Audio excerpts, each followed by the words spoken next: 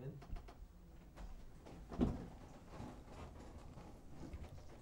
할렐루야. 예수 그리스도 이름으로 성찬례 전 하나님 말씀 함께 나누겠습니다.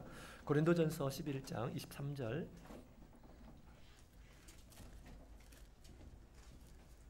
고린도전서 11장 23절부터에 있는 말씀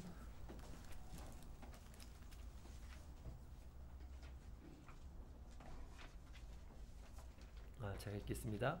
내가 너희에게 전한 것은 주께 받은 것이니 곧 주 예수께서 잡히시던 밤에 떡을 가지사 축사하시고 떼어 가라사대 이것은 너희를 위하는 내 몸이니 이것을 행하여 나를 기념하라 하시고 식후에 또한 이와 같이 잔을 가지시고 가라사대 이 잔은 내 피로 세운 새 언약이니 이것을 행하여 마실 때마다 나를 기념하라 하셨으니 너희가 이 떡을 먹으며 이 잔을 마실 때마다 주의 죽으심을 오실 때까지 전하는 것이니라.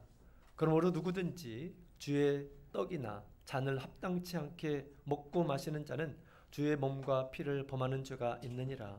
사람이 자기를 살피고 그 후에야 이 떡을 먹고 이 잔을 마실지니 주의 몸을 분변치 못하고 먹고 마시는 자는 자기의 죄를 먹고 마시는 것이니라. 아멘. 너희가 이것을 행하여 나를 기념하라. 지금 우리 주님께서 약속하신 것을 따라서 우리가 성례를 행하고 있습니다. 이 성례를 통해서 더욱 주님을 깊이 생각하는 그런 시간이 되었으면 좋겠습니다. 영혼에는 잔치죠. 우리 잔치는 먹는 것이 많이 있습니다. 그래서 우리 영혼회 때 주방에서 많이 수고해 주셔서 시간마다 또 끊이 때마다 이렇게 맛있는 음식을 제공해 주신 손길 주님께서 기억하여 주시고 은혜 베풀어 주시기를 원합니다. 또한 하나님의 말씀을 우리 하나님께서 성경을 통해서 우리에게 주시고 계십니다. 무엇보다도 중요한 것은 우리 예수님께서 주시는 생명의 떡이죠. 이 예수님께서 주시는 이 떡은 또 포도즙은 주님의 살과 피입니다. 영혼회 때 여러 가지 하나님의 말씀을 듣습니다. 그 하나님의 말씀을 우리의 삶으로 이렇게 드러나기를 원하셔요. 그런데 우리의 결심, 우리의 힘만은 가지고는 부족합니다. 주님의 생명의 능력이 우리 안에 들어올 때 마침내 우리가 주님의 뜻을 온전히 이룰 수 있을 줄로 압니다. 이번 영혼회 때 우리 다니엘에 대해서 함께 배우는 시간을 갖게 되었습니다. 다니엘은 말세를 살아가고 있는 우리에게 표본으로 보여주신 믿음의 사람, 은총의 사람입니다. 바벨론 가운데서도 은총을 받은 이러한 사람이고 살아계신 하나님을 증거한 이러한 사람이었던 것이죠. 이번 성찬을 통해서 우리 주님께서 이제 우리 안에 다시 새로운 생명을 주시고자 하십니다. 어두운 세상 가운데서도 주님께서 함께 하신 이 생명을 지키고 뿐만 아니라 우리 가운데 계신 예수님을 온 세상에 드러내는 그런 계기가 되었으면 좋겠습니다.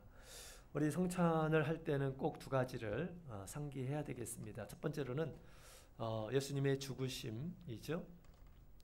예수님의 죽으심은 성경은 이렇게 얘기하고 있습니다. 베드로전서 1장 15절에 보면 믿보다 모든 사람이 받을 만한 이 말이요 그리스도 예수께서 죄인을 구원하시려고 세상에 임하셨다 하였도다.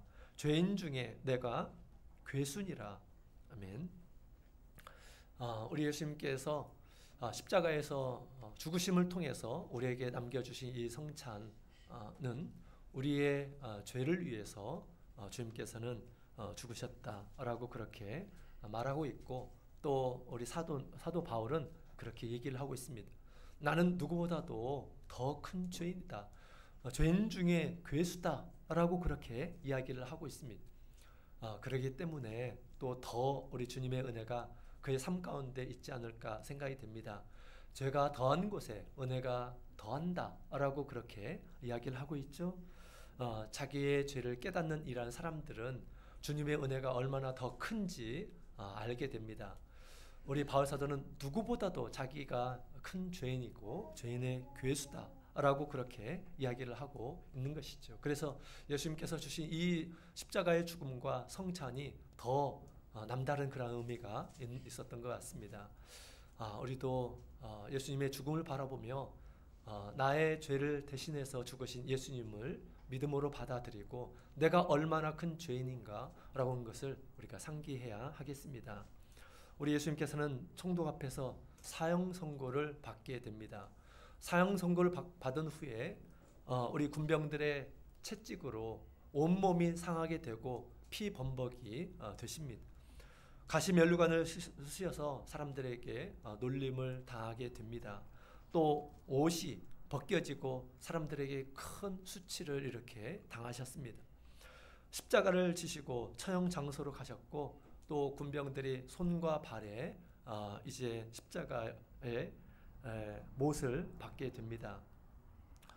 몸의 모든 체중이 두 개의 못에 이렇게 의지한 채 십자가에서 6시간 동안 이렇게 버텨야 했습니다.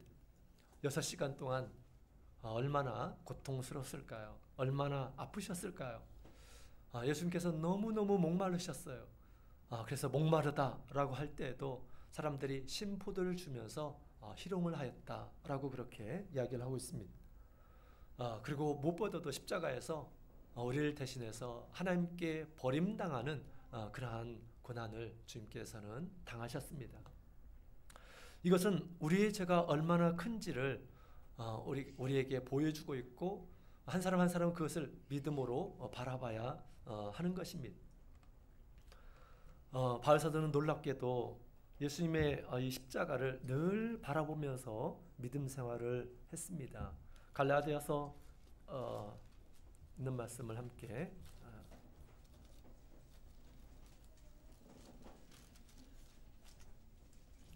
갈라디아서 3장 1절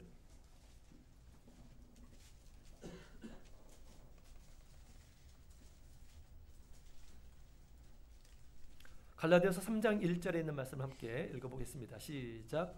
어리석도다 갈라디아 사람들아 예수 그리스도께서 십자가에 못 박히신 것이 너희 눈앞에 밝히 보이거늘 누가 너희를 꾀더냐. 아멘. 바울 사도는 예수 그리스도께서 십자가에서 못 박히신 것을 늘 보고 있다라고 하는 것을 이와 같이 이렇게 보여주고 있습니다. 최소한 바울 사도는 그것을 보고 있는 것이죠. 또 마땅히 우리 모든 성도들은 그 은혜로 말미암아서 구원을 얻은 이런 사람들이기 때문에 마땅히 나를 위해서 죽으신 예수님의 십자가를 봐야 한다라고 그렇게 얘기하고 있습니다.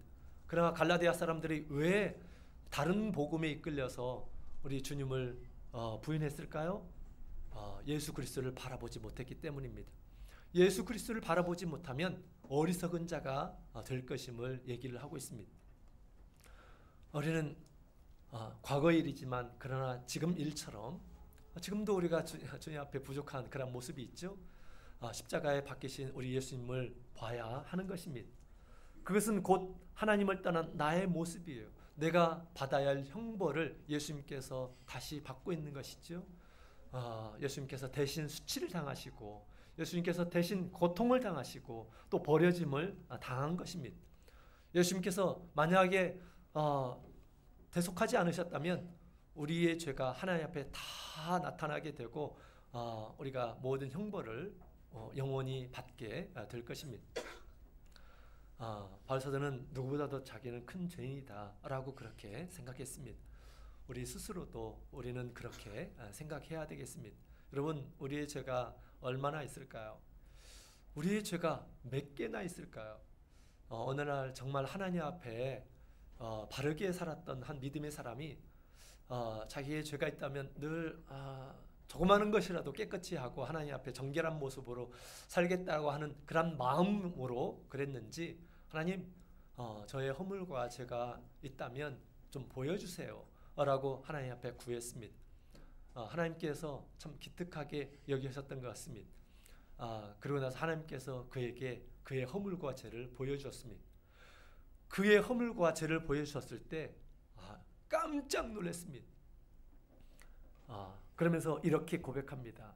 나의 죄가 나의 머리털보다 많음으로 내 마음이 사라졌나이다 라고 그렇게 얘기합니다. 누구의 시일까요? 누구의 고백일까요? 다윗의 고백입니다. 하나님께서 그의 죄, 허물을 보여주셨는데 자기의 머리털보다 많다라고 하는 것입니다. 마음이 합한 하나님의 사람 다윗에게 그런 죄가 있다 한다면 우리는 얼마나 더 많은 죄가 있을까요? 보통 사람의 머리털은 약 9만 개 정도 된다고 합니다. 9만 개. 여러분 9만 개의 머리털을 셀 수 있습니까? 우리의 죄가 그렇게 많다라는 것이에요. 그리고 어떤 사람은 마치 죄가 없는 것처럼 그렇게 생각하는 이런 사람들이 있습니다.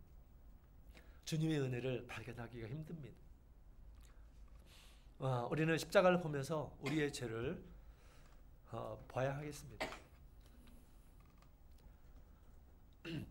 우리의 죄가 얼마나 무서운 것인지 우리가 하나님을 경외하면서 죄를 멀리해야 하겠습니다. 자, 두 번째로 우리 주님께서는 주님의 죽으심은 우리를 향한 하나님의 사랑임을 나타내고 있습니다.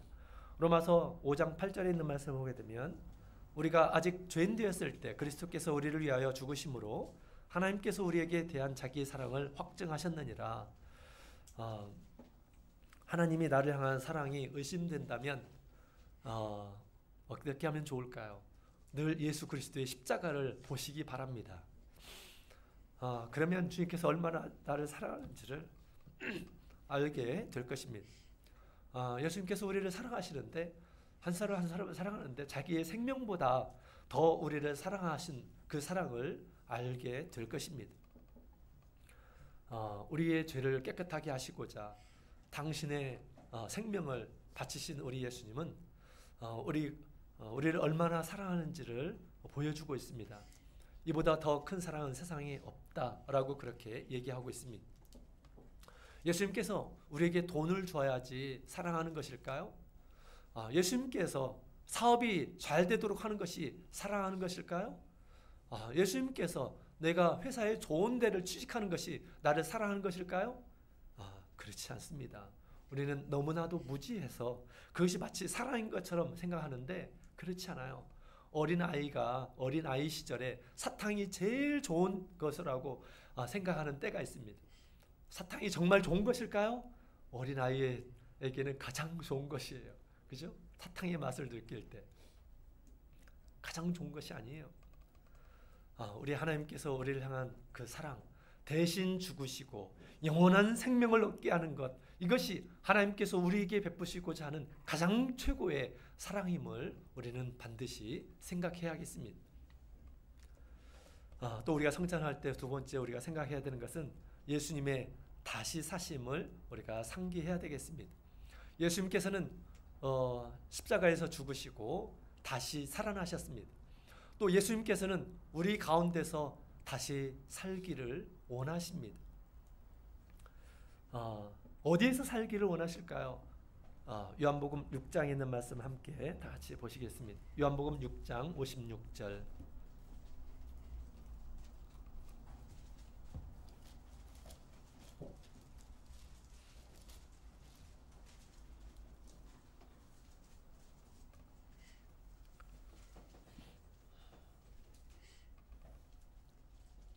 자, 6장 56절 같이 읽겠습니다. 시작. 내 살을 먹고 내 피를 마시는 자는 내 안에 거하고 나도 그 안에 거하나니. 아멘. 자, 우리 예수님께서는 어디에서 사시기를 원하실까요? 우리 부활하신 예수님께서는 우리 성찬에 참여하는 모든 사람들 가운데 사시기를 원하십니다. 예수님은 다시 사셨어요. 그러나 더 원하시는 것은 내 살을 먹고 내 피를 마시는 자 가운데 주님께서 사시겠다라고 그렇게 이야기하고 있습니다. 주님께서 내 가운데 사시도록 해야 합니다. 우리 십자가에서 예수님께서는 죽은 채로 계시는 것이 아닙니다. 예수님께서는 다시 사셨어요. 부활하셨습니다. 지금은 우리 가운데 사시기를 원하십니다. 주님께서 우리 가운데 사시게 되면 주님의 살아계심을 우리가 느끼게 될 것입니다. 또 주님의 인도하심을 얻게 될 것입니다. 주님의 능력도 얻게 될 것입니다. 이와 같이 주님의 인도하심을 받는 이런 사람들은 마지막에 어떻게 될까요?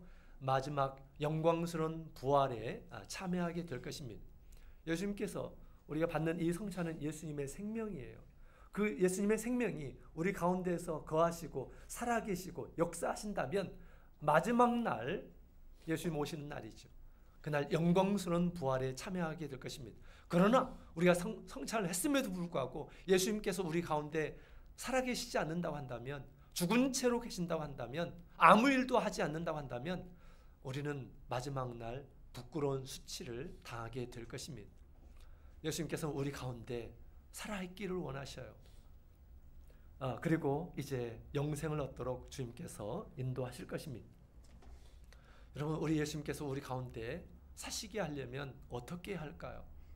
예수님께서 우리 가운데 부활의 몸으로, 영광스러운 몸으로, 또 능력의 모습으로 우리 가운데 살아있게 하시려면 우리가 어떻게 해야 될까요? 첫 번째로는 우리가 믿음으로 예수님을 모셔야 되겠습니다. 에베소서 3장 17절, 에베소서 3장 17절에 있는 말씀을 함께 보도록 하겠습니다.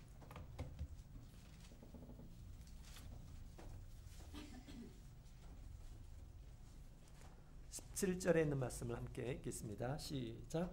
믿음으로 말미암아 그리스도께서 너희 마음에 계시게 하옵시고 너희가 사랑 가운데서 뿌리가 박히고 터가 굳어져서 아멘. 믿음으로 주님께서 너희 마음에 계시도록 하라 라고 그렇게 얘기합니다. 늘 예수님을 내 안에 계시도록 초대해야 되고 주님의 말씀을 들어야 되고 주님의 말씀을 따라야 하는 것입니다. 그것이 주님께서 사는 것이에요. 내 안에서 사시는 것입니다. 그러나 우리 생각보다 많은 이런 사람들이 예수님을 마음에 모시지를 않습니다. 주님이 우리를 위해서 모든 것을 주시고 또 주님께서는 우리의 주님이라고 이렇게 얘기하는데 주님이 주인이 아니라 자신이 주인이 되는 경우가 참으로 많다라고 하는 것입니다. 예수님께서는 지금도 성도들 밖에 계시면서 문을 두드리면서 문을 좀 열어달라, 마음의 문을 좀 열어달라라고 그렇게 이야기를 하고 있습니다. 라오디게아 교회 성도들은 다 주님을 믿는 이런 사람들입니다. 그러나 많은 이런 사람들이 예수님을 마음에 모시지 않고 밖에 두시는 그런 모습을 보게 됩니다. 그러면서 자신이 주인이 되어서 그렇게 살아가는 거죠. 그것은 주님께서 우리 가운데 살아계신 그런 모습이 아닙니다. 주님께서 우리 가운데서 일하게 하시려면 우리가 또 어떻게 해야 될까요? 디모데후서 2장에 있는 말씀을 함께 보겠습니다. 디모데후서 2장 11절,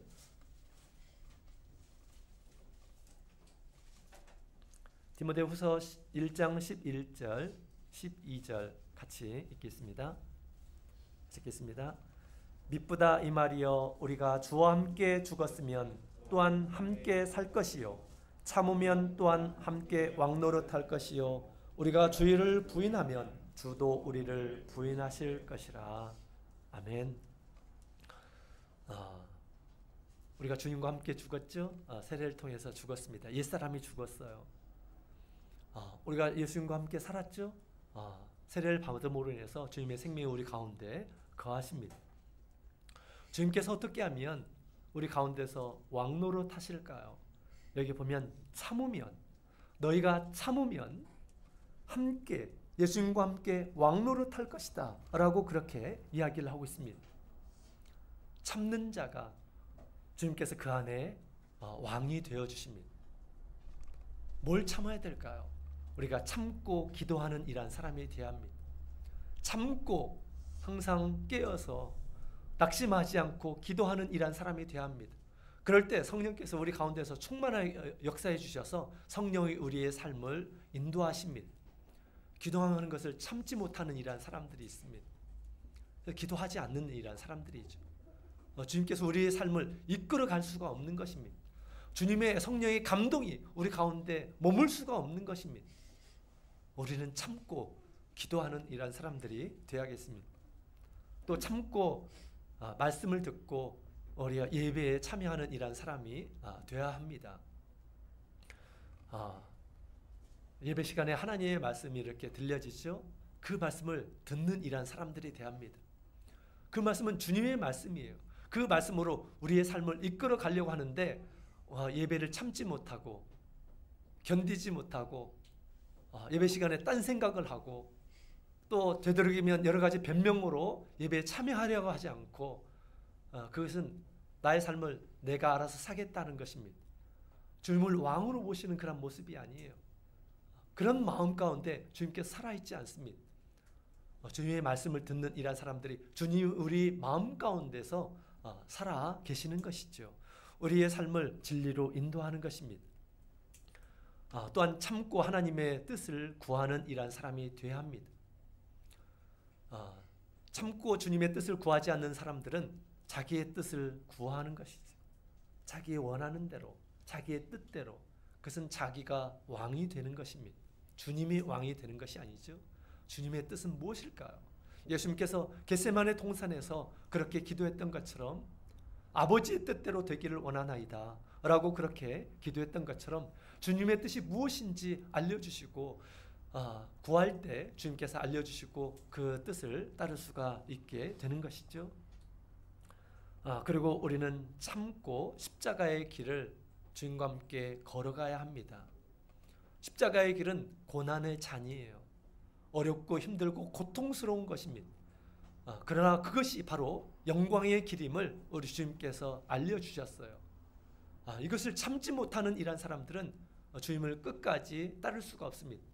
자기를 부인하지 않고 자기 십자가를 지지 않는 이런 사람들은 나를 따를 수 없다라고 우리 주님께서 말씀을 하셨습니다. 참는 자가 주님께서 그 가운데서 왕이 되셔서 왕 노릇하게 되는 것입니다. 우리 주님께서 우리 가운데 계시게 하려면 우리가 우리의 마음을 주님께 양보하고 또 주님의 뜻을 받아들이고 순종함으로 우리가 주님의 하시는 일들을 볼 수가 있습니다. 고집스러운 우리의 마음을 내려놓을 때 그것이 가능하다라고 하는 것이죠. 우리는 얼마든지 가능한 사람들입니다. 왜 그럴까요? 주님께서 우리를 위해서 죽으셨습니다. 우리도 주님을 위해서 죽어야지 공평한 거 아닌가요? 그러나 우리가 자기 자신을 죽이게 되면 주님께서 더 아름다운 모습으로, 더 멋진 모습으로, 더 영광스러운 모습으로, 더 승리하는 모습으로 하나님을 뜻을 이루게 할 것입니다. 다니엘이 마치 자기 모든 것을 생명마저 자기의 신앙보다 더한 것처럼 그래서 어떻게 됐습니까? 불쌍하게 죽었습니까? 그렇지 않아요.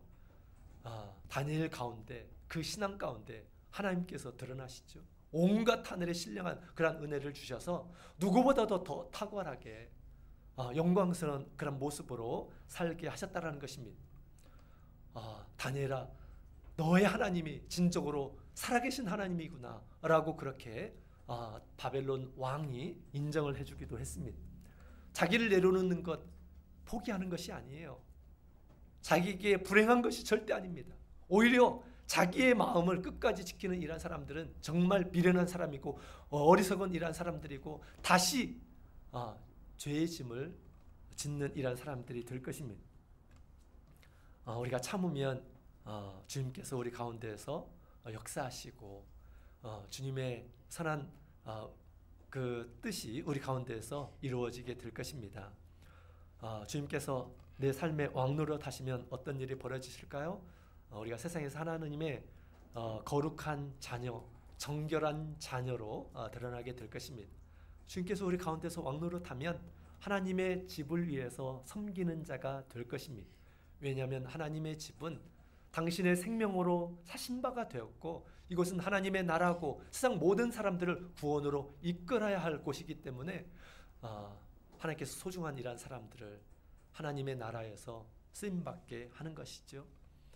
또 하나님께서 우리 가운데서 왕노릇하면 한 영혼의 소중함을 알게 하시고 그 영혼 구원하는 일을 행하게 하실 것입니다. 주님께서 우리 심령 가운데 왕으로 계셔서 마음껏 일하셔서 우리가 이 세상에서 주님의 선한 도구가 되어서 하나님의 일을 나타내고 또 그것이 영원한 천국에서 우리의 기업이 되기를 원합니다. 자, 그러면 같이 우리 성찬에 참